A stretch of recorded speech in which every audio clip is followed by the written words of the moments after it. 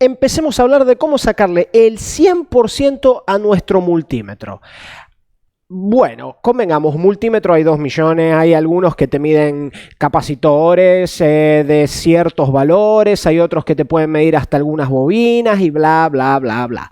Pero aquí nos vamos a enfocar en cosas que cualquier multímetro puede hacer. Vamos a estar hablando de caídas de tensión, que es algo que ya se sabe, pero vamos a estar explicando bien qué representa. O sea, tengo un valor un poco más alto, tengo un valor un poco más bajo. ¿Qué es lo que eso me está indicando? ¿Cómo podemos guiarnos para encontrar una fuga, un corto, en base a consumos también? Porque en realidad nosotros lo que estamos haciendo cuando medimos una caída de tensión en una línea, estamos también de cierta manera viendo el consumo de esa línea. Entonces vamos a interpretarlo.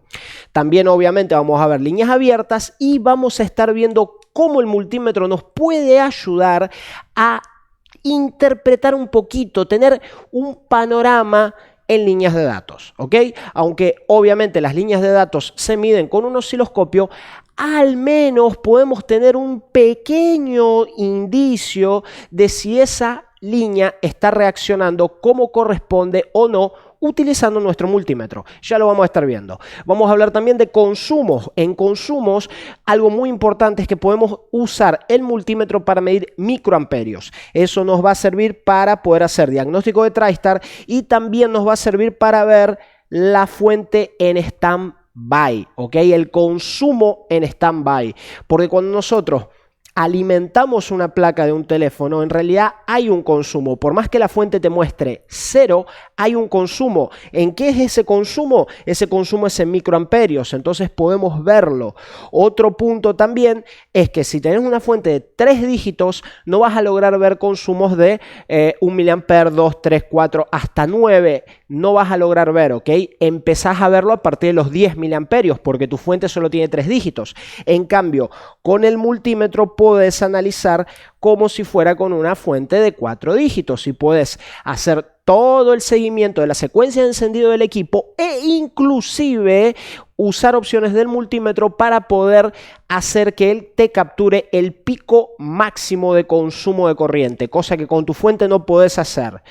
Simular estados lógicos. Aquí voy a dar un ejemplo de cómo podemos poner el equipo en modo DFU utilizando simplemente el multímetro, porque como yo ya he explicado en otras ocasiones, en otros videos de este mismo canal, nuestro multímetro nos puede servir para simular estados lógicos, tanto altos cuanto bajos, siendo que los altos son algo más seguro.